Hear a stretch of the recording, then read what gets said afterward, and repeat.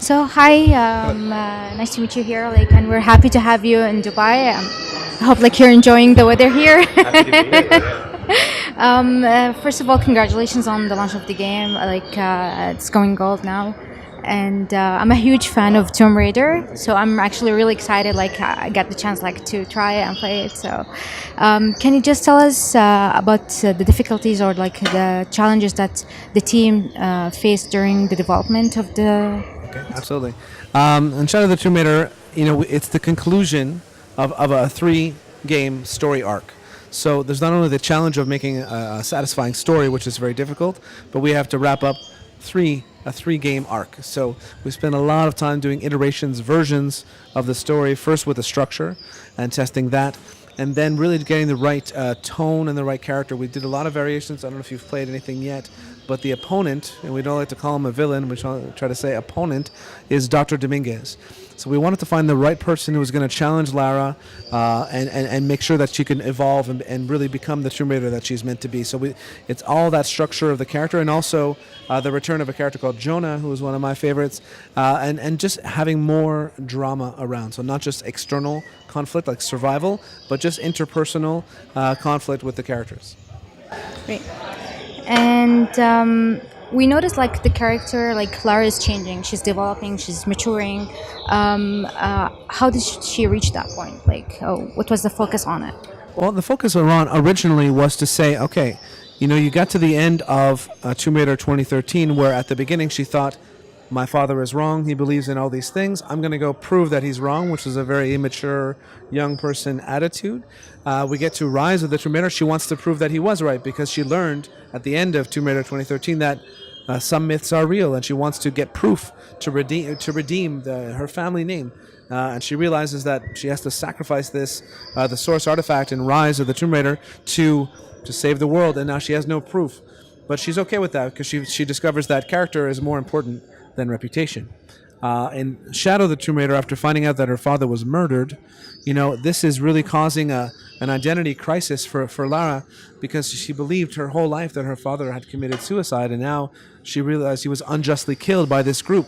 So even though on the surface she wants to stop Trinity and find what they're doing, underneath there's this pain that is pushing her, and this is manifesting itself as obsession. She's pushing herself too far, and when you are not prepared and you don't have all the information and you're as powerful as Lara is, you can get into bad situations. So that's what we examined in the story.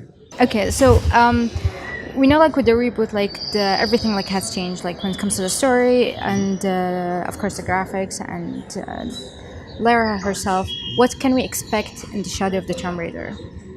Well, in Shadow of the Tomb Raider, ultimately, it's the most emotional story we've ever told in the game.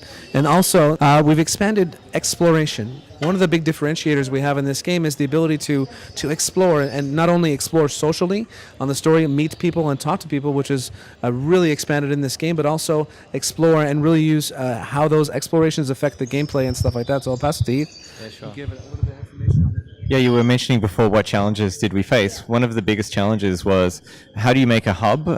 You might have seen the trailer for Paititi. How do you make a hub, which is still a Tomb Raider hub, but includes social aspect?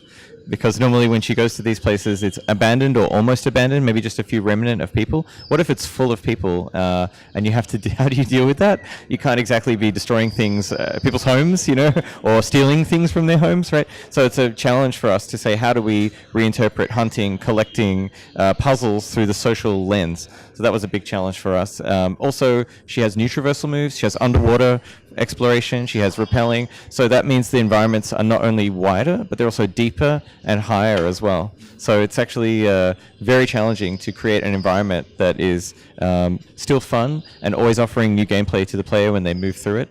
Another challenge for us was combat. How do you make a stealth combat, because she's in the jungle, but it's still fast-paced and still a lot of movement, and because Tomb Raider combat is always rewarding for the player for moving. Yeah, so you don't want to make a stealth experience where you're stationary and you're waiting for the enemy. You take the fight to them and you strike and disappear, and we iterated a lot on creating mechanics, creating ingredients that would encourage the player to use that sort of tactics. Finally, for the tombs, we've got a lot bigger, more complex puzzles and tombs, and we also have a theme of darkness, descent, and fear.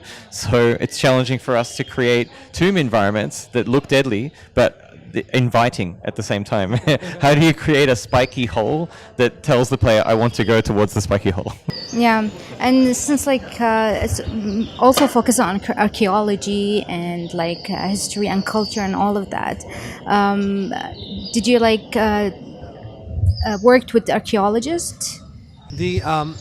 We did a lot of research both on our side and both with historians. First on, it's fact-based fiction. So we always want to start with some sort of legend or a story that is known in the real world. So we started with Paititi, which is an Inca story. We dealt with a historian just to look at the plausibility. What if people as far north as Mexico travel down to Peru? Would that be possible?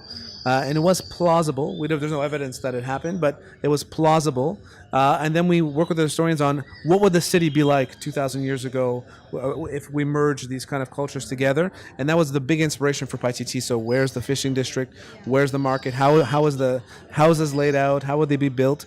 And then we added layers of history on that, because later on in the history of Paititi, there's different cultures coming, an Aztec layer also. So we have Aztec kind of architecture and layers on there. So we wanted it to feel like it's been there for hundreds and hundreds of years. And there's this merging of different cultures. So some of the names are Inca, some are Maya, some are Aztec in the names, and really being inspired by all these cultures to come up with our story. I thought I knew why I came here. I saw it, the end. It was so vivid. But now the truth feels further away than ever. I still have so many questions. You said you were going out,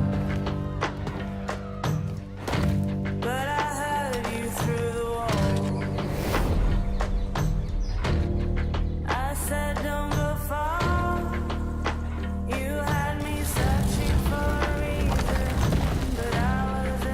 We can't let Trinity get hold of this. Let's think this through. Do you realize the tragedy you have unleashed? The cleansing has begun. It falls to me now to stop it before it consumes us all. What have I done?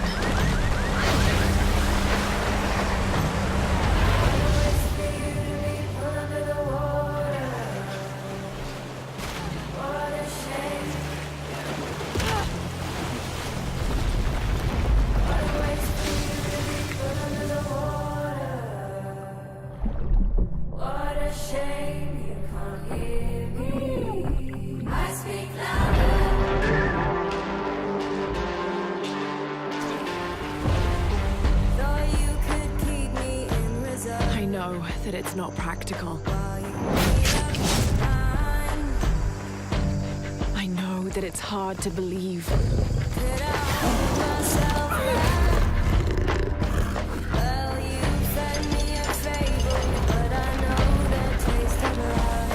You don't know that you caused all this, Laura! You need to trust me. We have to trust each other.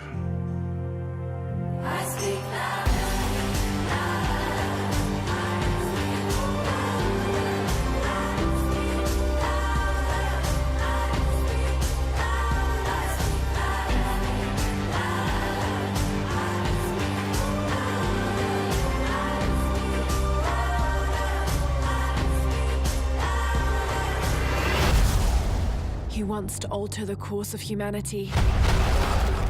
If you had that power, what would you do?